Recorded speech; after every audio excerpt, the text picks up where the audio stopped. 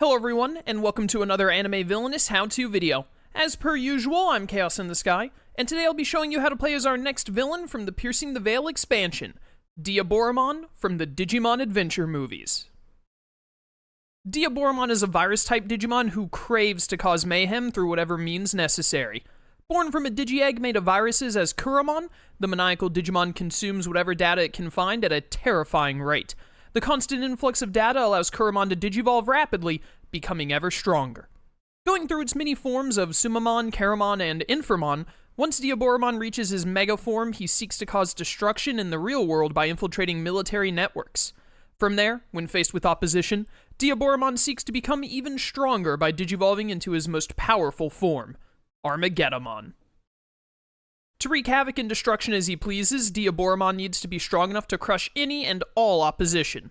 That means his objective in Anime Villainous is to play the form card Armageddemon, which will put him at the highest level of power he can be.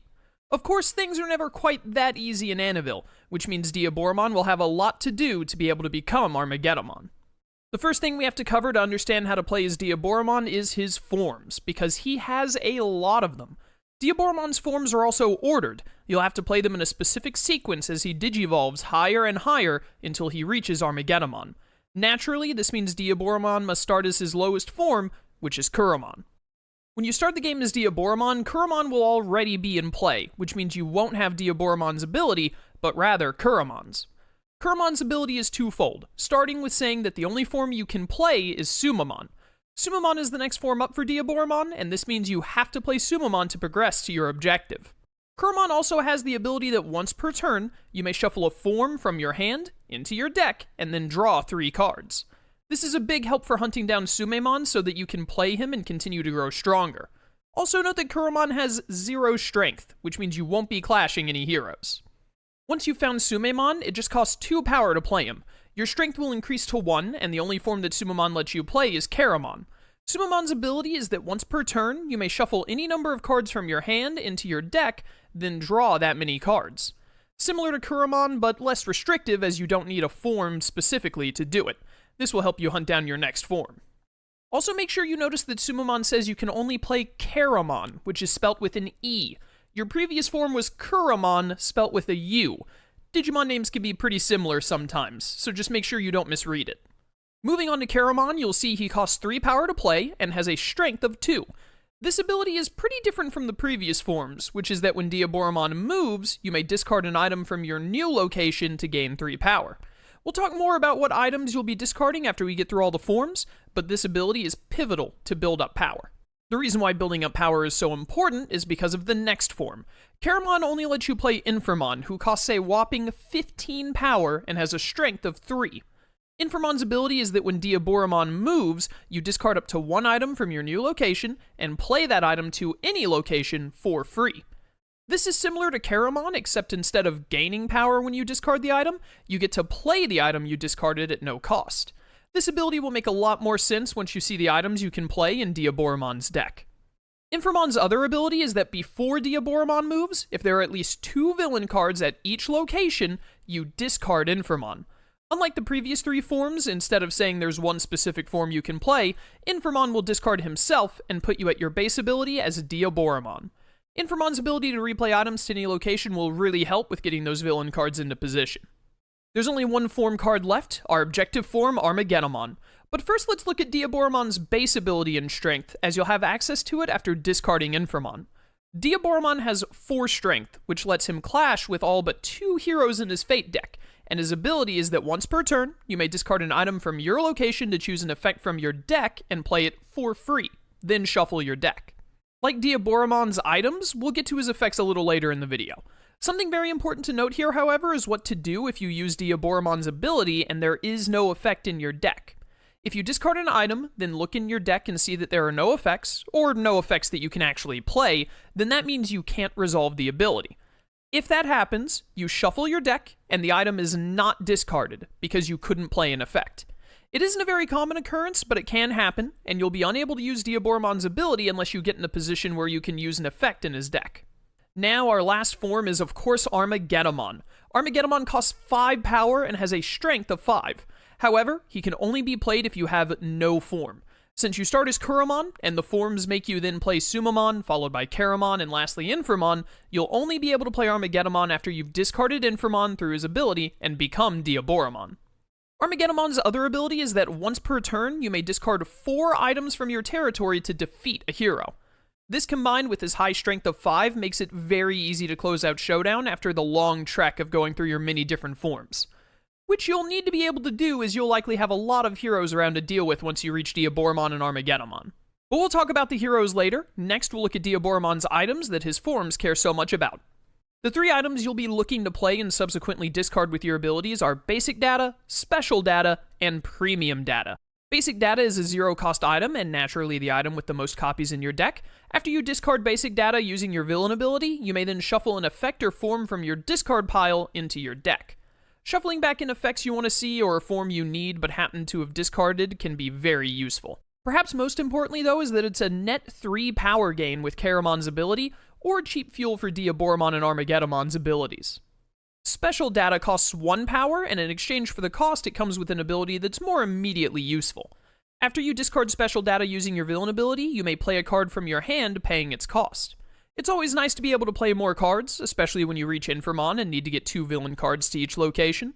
Premium Data, our last data item, costs 2 power, and as you can imagine, that means it has the strongest of the abilities.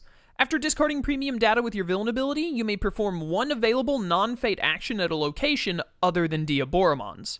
This is the most versatile of the items, as you can use it to gain 3 power when not at your gain 3, use it for a play a card, a discard, or even a vanquish action.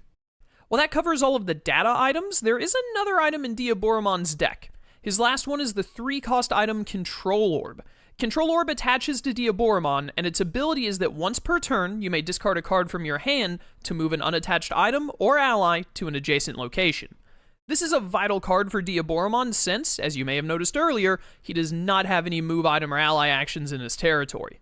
Being able to move an item or ally once a turn is great, but it also helps with digging through your deck since it lets you discard a card once per turn as well. Also remember that an item attached to your villain counts as being at your location. This means Control Orb can help you discard Inframon. Control Orb can also be used for Diaboromon or Armageddemon's abilities if you're in a pinch. With all the uses it can provide, you'll want to play Control Orb as soon as you can. That's all the items Diaboromon has available, so now let's look at his effects. First up is Catastrophe Cannon, which is a bit of a complex one. Catastrophe Cannon lets you either clash with a hero in an adjacent location, or perform up to 2 non-fate actions that are covered by heroes in your territory. The clash part is super simple. Just remember that it's only adjacent locations. You can't use it to clash a hero at your own location, or 2 locations away. The other option is a little technical.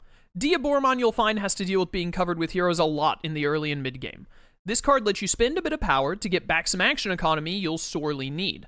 You'll often use Catastrophe Cannon when you're Inframon or lower to get more actions, then as Diaboromon and Armageddemon you'll use it to clean your territory via clashing. Keep in mind that when you use Catastrophe Cannon to take actions, if you then uncover those actions by defeating a hero in some way, you cannot take them again. You can only take an action once per turn in Anime Villainous unless a card says you can take that action a second time, like Dio's The World effect. This also means if you happen to play multiple copies of Catastrophe Cannon in one turn, you can't use them to take the same actions twice, like taking a covered gain 2 power twice, for instance. You'll have to play them on different turns. Diaboromon's other effects are much simpler, like Cable Crusher. When you play Cable Crusher, you move a hero at your location to any location. Very straightforward and very useful since, as I mentioned before, you'll have heroes in your territory a lot. We also have Multiplication. When played, you choose a card from your deck or discard pile with the same name as an ally or item already in your territory. You pay that card's cost and play it, and then you shuffle your deck. A very good way to get more items and allies in play, especially if you've already discarded them. The last effect Diaboromon has is Digivolution, and you could probably guess what this card's purpose is. When played, Digivolution has you choose a form from your deck or discard pile and put it into your hand. You then shuffle your deck as usual.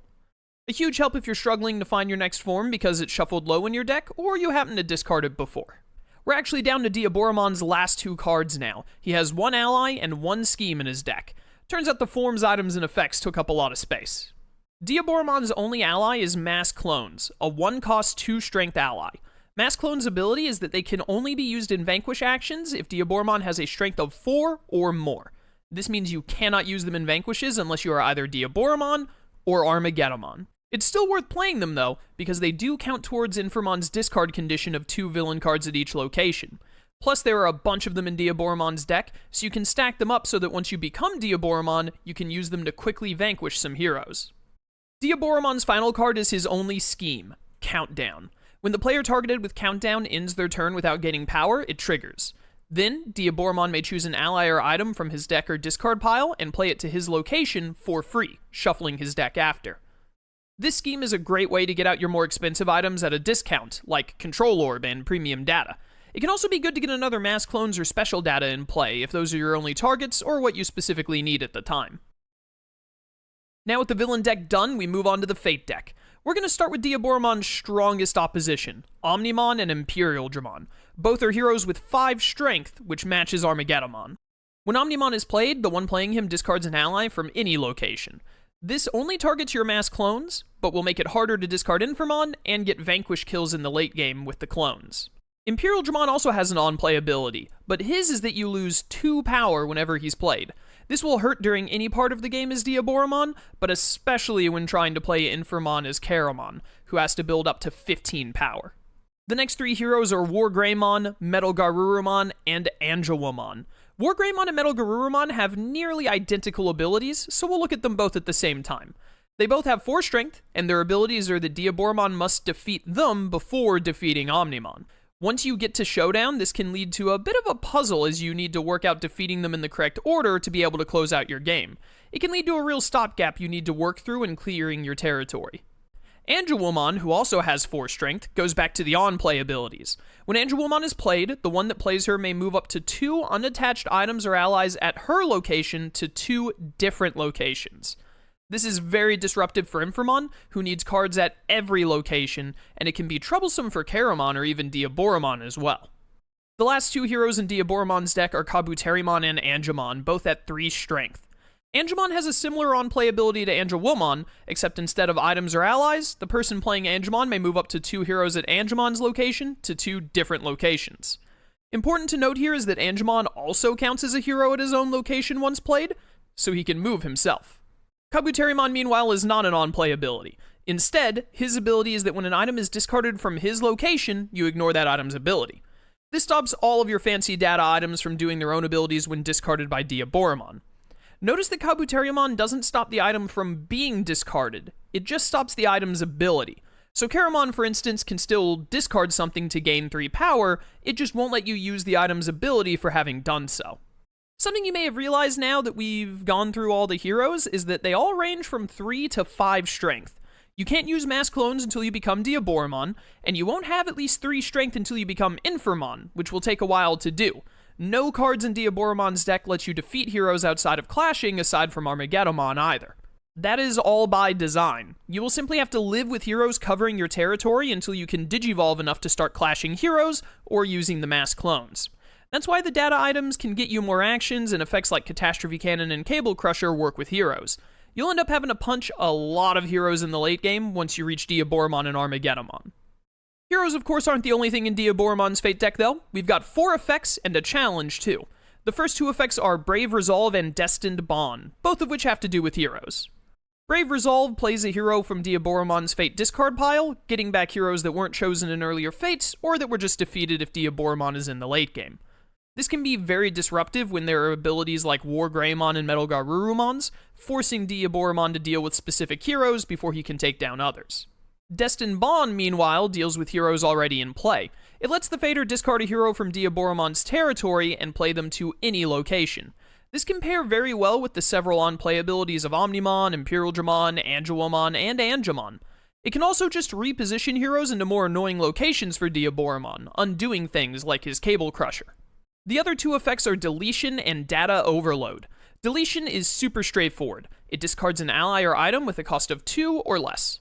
The only item Diaboromon has that costs more than 2 is Control Orb, so it's safe, but every other item, as well as your mass clones, are fair game to discard. Not something any stage of Diaboromon likes to see. Data Overload lets the Fating player move Diaboromon to any location, ignoring his ability, then set Data Overload aside. When Diaboromon would move, as he always does at the start of his turn, Data Overload gets discarded instead. This can be very annoying as it stops Caramon or Inframon from using their abilities at all, and it sticks Diaboromon at a location he probably didn't want to be at. It's especially rough in the mid-game when you've probably been swamped with heroes. At long last, we have Diaboromon's challenge, Paladin Mode. This is a fairly unique challenge as it doesn't have a discard condition. Once it's in play, it'll be there for the rest of the game, and your opponent will want to play it. When Paladin Mode is played, the one playing it finds Imperial Dramon and plays him. Imperial Dramon then gets +5 strength, putting him at a whopping 10. The only way to defeat a 10 strength hero as Diaboromon is to either use Armagedemon's ability, or stack up every single mass clone you have. Another caveat is that Diaboromon cannot defeat Imperial Dramon if Omnimon is in his territory. This means you'll have to take down Omnimon before you can take out Imperial Dramon, who may need you to defeat War Greymon and Metal Garurumon before even that if they're around. Paladin Mode is a strong late-game stopgap that forces Diaboromon to take down heroes tactically to actually be able to clean up what's left of his showdown. Paired with Brave Resolve, it can really stall him at the finish line if you aren't prepared for it. With that, we've reached the end of Diaboromon's how-to. A deadly virus-type Digimon that wants nothing more than to cause chaos and destroy all opposition, you'll be digivolving your way to becoming unstoppable as you clash with the Digidestin's Digimon. If you have any questions about Diaboromon, leave a comment below and I'll do my best to answer. Also, look at the description for the playlist to see all the other anime Villainous how-to videos so you can learn about any other character that interests you. Thank you for watching this video, and I hope to see you again for more anime Villainous videos in the future. Until then, farewell.